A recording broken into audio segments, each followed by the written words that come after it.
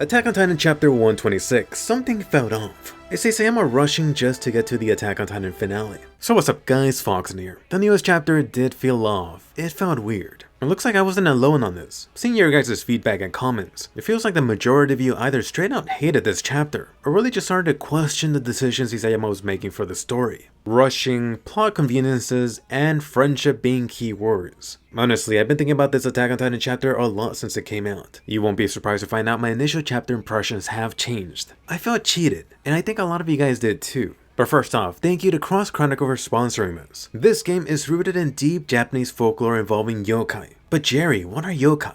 They're pretty much Japanese spirits, demons, really anything supernatural. The story here focuses on human versus yokai. Time to team up with bows to battle. And it really is this awesome blend. Go ahead and fill your party with yokai. Then their special abilities help to further boost your party. I definitely suggest the yokai waifus. And yes, the characters here come with their Japanese voice actors. Along the way, you'll be able to battle against a ton of unique yokai. The battle system here is also pretty interactive. Will you be able to keep up with your yokai plus human team in real time? Cross Chronicle is free to play for iOS and Android, so go for it. Why not give these yokai a shot? Switching from yokai monsters to a different beast, the Titans, or actually lack thereof. Come on, Dino Titan Eren, where are you? Oh yes, I might become Mr. Unpopular with this video. So let's go ahead and dive into this thick, meaty discussion. Attack on Titan 126 had quite the number of issues depending on how hard you want to nitpick. Were most of these issues minor things, or major inconsistencies and conveniences? If you actually go back to my review video on the chapter, a lot of you guys really echoed the problems you guys had. So first off, I'm not sure whether that was strictly due to the events that took place in the actual chapter, or really what I think is most likely, the combination of what's been happening with the Attack on Titan story. This is in regards to events post the attack on Marley arc. What I'm talking about is this accumulation of frustration that's now boiling to the top with this latest chapter. For example, really, where the hell is Dino Titan Eren? You had Eren dying, going to the Titan realm a few chapters, you saw the face and body of that beast, so many teases, and all of this has been happening for a few months. Either way, for the actual problems in the chapter, let me actually go in order. First off, everyone's fan favorite, Levi and Hanji. Oh, Levi, you have quite the bad luck. 3 issues right here. First off, the most minor one. This actually involves the full package of Hanji jumping to the river, dragging Levi outside of the water, completely able to take out their pursuers, and then ultimately not suffer too much trouble. To be honest, for this whole quote-unquote issue, I personally don't have a problem with this, but if you do, let me know. Next up, something more major, of course, involving Levi. Levi's superhuman healing. At this point, you know I have 2 in-depth videos going over this whole Levi healing situation. Looking back at the actual chapter of Levi exploding, that really did look awful. So Levi was MIA for a good while. I still don't know why so many people thought he was dead. And yes, despite this guy losing 2 fingers and getting that horribly awesome scar on his face, recall that I predicted Levi coming back and healing on his own, this being the most likely scenario. But hell, this chapter, this was beyond even my quickest estimations, excluding anything involving Levi becoming a Titan. And definitely share your thoughts down below. Do you think this whole Levi recovery happened way too quickly? Should Isayama have spent a little bit more time addressing this whole Levi recovery? The 3rd issue you guys have echoed, the whole Levi Hanji teaming up with Marley situation. There's been questions about whether this happened way too quickly. Personally, I really didn't have an issue with how this whole thing developed. However, you guys either felt this happened way too randomly, or there wasn't enough development leading up to this whole team up. Gotta save the world. And yes, we're gonna get to that too. The way I saw this, just looking at the millions of Colossal Titans, combined with that previous Doomsday broadcast from Mr. Eren Yeager, I would say these guys actually have a pretty good reason to team up pretty quickly too. Keep in mind, Marley is super desperate. If anything more than Paradise Island. Likewise, Hanji was also pretty desperate. It really is do or die time. All of these guys have things left to discuss. I do see a way that Isayama's gonna dive into this, which is coming up. Anyway, switching groups, from Levi and Hanji to Coney, Armin, Falco, plus 1 Gabby. For this, I'm strictly talking about Coney kidnapping Falco, taking him back to the village, then Armin and Gabby eventually catching up to him, and then that whole dilemma getting resolved like in a blink of an eye. Naturally, I wasn't a fan of this at all. And please do let me know if there's anyone that genuinely liked how this whole thing played out. This whole situation made Coney look pretty bad. Armin also didn't get too much from this. It felt like the whole scenario was obviously done just as an excuse to run into Annie, which does mean if we look at the side mission from a writing perspective, all of this could have been done so much better. If you actually take a step back, this whole Coney Armin situation actually reveals the bigger issue, which is the passing of time in Attack on Titan chapter 126. Briefly, you did get a confirmation of a few days passing this chapter, so thank you for that, although I don't think that was communicated well enough. I mean, Coney going from the starting point all the way to his village, which is inside Wall Rose, that should have taken quite a bit of time. Keep in mind he did stop at nighttime too. Then forget about Coney and Falco for a second. Both Armin and Gabby also had to catch up to him too. After their minor conflict got resolved, they had to go back to this town location. I'm going to assume that was Trost. Sometime later on, they ran across Annie and then headed back to the initial starting point. We're gonna get to Annie. Taking a step back, this actually means that so many characters were moving so many locations this chapter. So let me be fair and say that I'm not ready to say these guys are teleporting just like in Game of Thrones yet. Instead, this really goes to show the good length of time that passed very quickly this chapter. Keep in mind the last 15 or so chapters took place within the span of a few hours, maybe a day or two, depending on how far you go back. Which really goes back to instead of giving that vague few days remark, Isayama really could have communicated the time passing here much better. I mean, you have seen him do that before in the past. Anyway, switching gears to Mikasa and Luis, another point of frustration. You know how much has annoyed me how Isayama has handled Mikasa post timeskip, really moving at a snail's pace with Mikasa compared to Armin, Eren, and most of the characters at this point. Hell, the stallion has seen more post Attack on Marley events. Trust me, I really want to believe that Isayama has something major in the works. Unfortunately, this chapter was not it. The whole Mikasa Jr. setup and payoff felt really lacking. And still, maybe I'm foolish, but I'm hoping this is gonna get revisited, since Luis was set up to be this obvious parallel to Mikasa's own situation, her almost worship and bond to her hero figure. In this latest chapter, all of a sudden Luis is out of commission, potentially dying, along with the obvious reveal of her being the one to take Mikasa's scarf.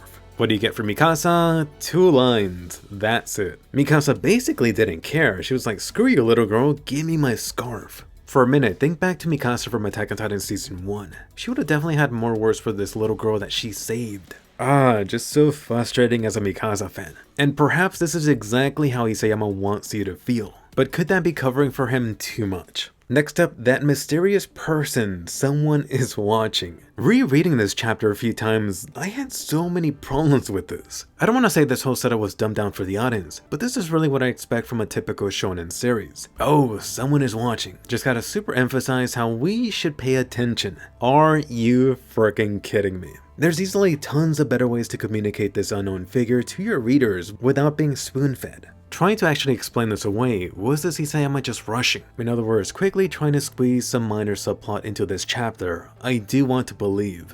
Anyway, blonde girl Annie, she finally returned this chapter. Well, I guess technically last chapter. With the whole Annie thing, this is something that I definitely felt cheated on. Come on Isayama, you owe us a good chunk of an Annie flashback addressing this. Dino Titan Eren could wait. First off, the whole initial meeting with Annie, super duper convenient. But getting actually to the bigger issues, something that a lot of you guys had trouble with, that all of a sudden these guys teamed up with Annie, the female Titan that killed so freaking many. There's actually a whole lot of things to address. First off, Annie and Levi. Oh, recall what happened in Attack on Titan Season 1? The female Titan just wiping out the entire Levi squad. Goodbye Petra and the others. I need to see that awkward conversation on screen. Unfortunately, I do feel Isayama is not gonna deliver. Next Annie situation, Annie and Armin. Armin really tricking / backstabbing this fellow scout, Annie. It makes it even more titillating that Armin right now is a colossal titan. Although if I want to be completely honest, I really don't think Annie cared too much about that guy. On the flip side for Armin, how many of Bert's memories has he seen, especially those involving Annie? Has Armin potentially gotten a taste of that love that transcends time? The third Annie encounter, Annie and Mikasa. It's actually almost funny if you think about it. Looking back at Mikasa from Attack on Titan Season 1, she would have been at Annie's throat almost immediately. If anything, this shows how much Mikasa has progressed. I'm having a tough time imagining how current Mikasa will react to Annie, other than almost no worse in typical Isayama fashion. On the flip side, for any words from Annie, recall back how Annie got messed up so badly by Mikasa. I want to believe that Annie's not one that holds a grudge, especially not for some old crap that happened 4 years ago.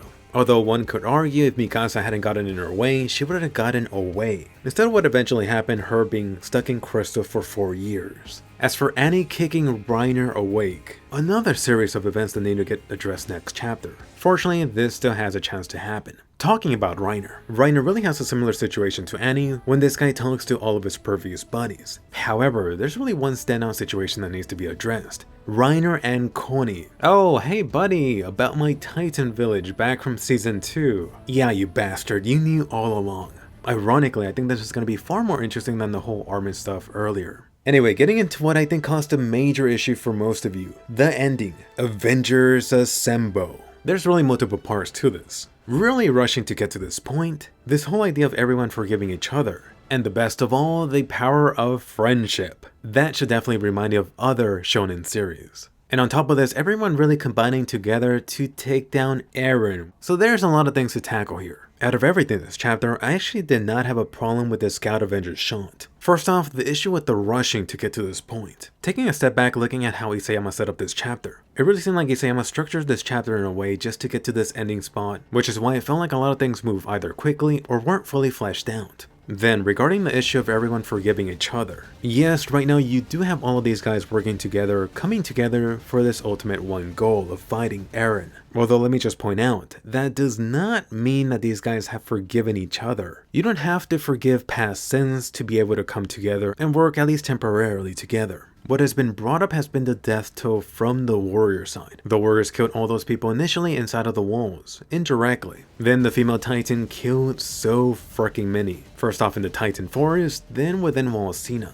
On the flip side, post-time skip, Isayama has already established Paradise Island not being too innocent either. I mean, it doesn't compare to the hundreds of thousands that died previously thanks to the warriors, but these guys killed so many on that attack on Marley. At the end of the day, this really just means that everyone has blood on their hands. Who doesn't at this point? Especially the one they're gonna fight against, Eren Yeager.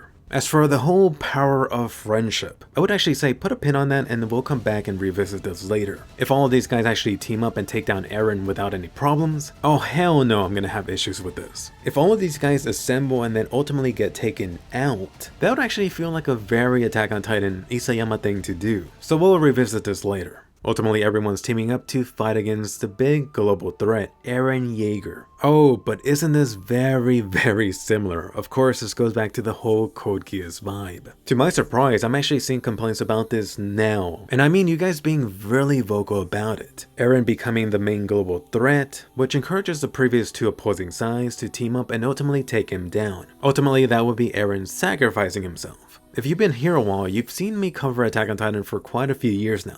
I've brought up this Code Geass possibility back in Attack on Titan chapter 100. So yes, I was initially getting this vibe years ago. Unfortunately, whether Isayama actually goes with this Code Geass type of ending or not, it really does feel like Attack on Titan is in this lose-lose situation. The reason really being that there's so many anime that have actually concluded at this point, with Attack on Titan being labeled as his masterpiece. Whether it's fair or unfair, Attack on Titan will be compared to so many endings that already came before it. Naturally, right now with the whole Dino Eren situation, the closest one seems to be Code Geass, and to some extent Death Note and even Game of Thrones Season 8. How many people think that Mikasa is going to take out Eren, for example?